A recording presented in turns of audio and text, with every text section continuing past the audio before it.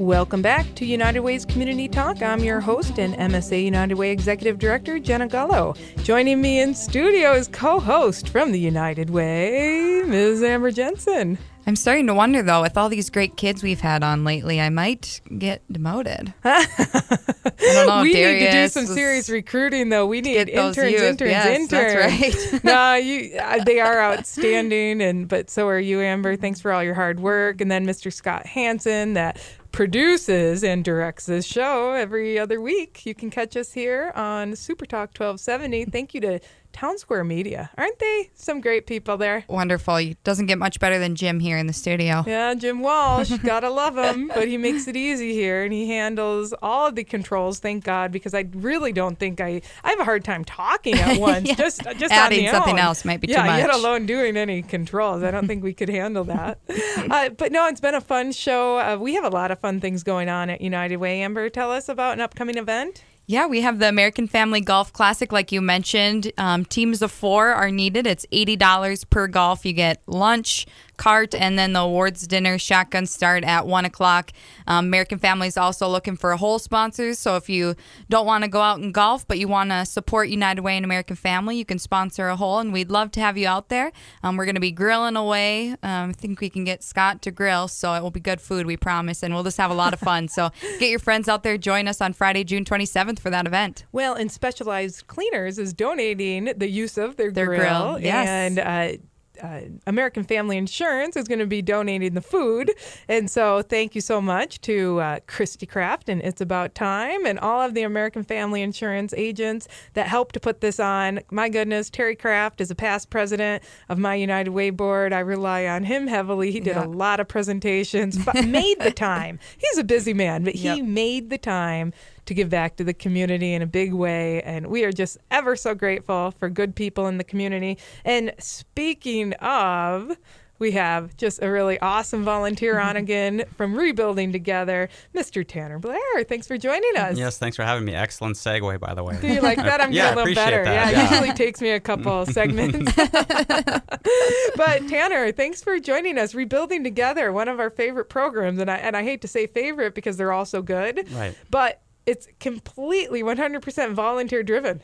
Yeah, we're an all-volunteer board of directors that manages this organization, and we just completed our 17th year, so we're going strong. 17. Right. And it used to be called Christmas in April. It used to be called Christmas in April. That was a little bit before my time, but yes. Christmas in April is our tagline. Well, and the weather around town is, probably did seem like Christmas in April. Yeah, I really thought heavily about resigning from the board because the first couple of years it was snowing outside when we did these projects, but I stuck with it, and the past couple of years have actually been wonderful weather, so hallelujah. We've lucked out. Glory, glory.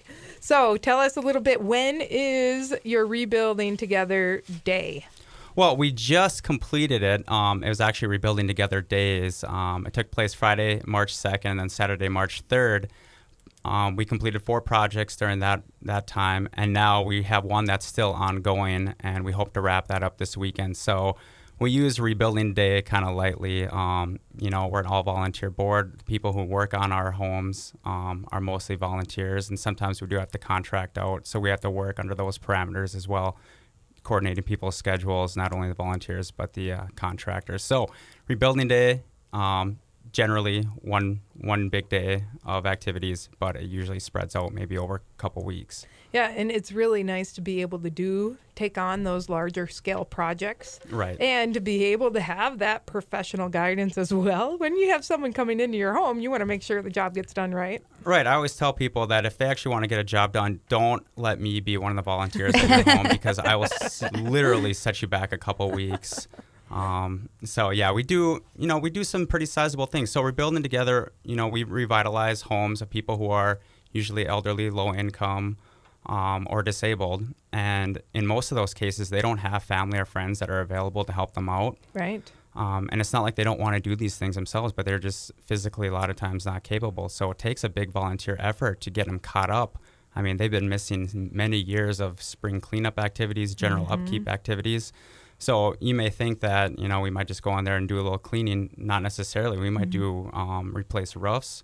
We do some plumbing, do electrical, replace appliances, actually modify the home so it's more handicap accessible. So some of these things are very big. I mean, it's not like extreme home makeover where we tear down the house. We actually use the existing structure. But what we'll do is once we get an application from somebody who wants our services, we'll actually go and basically inspect the house.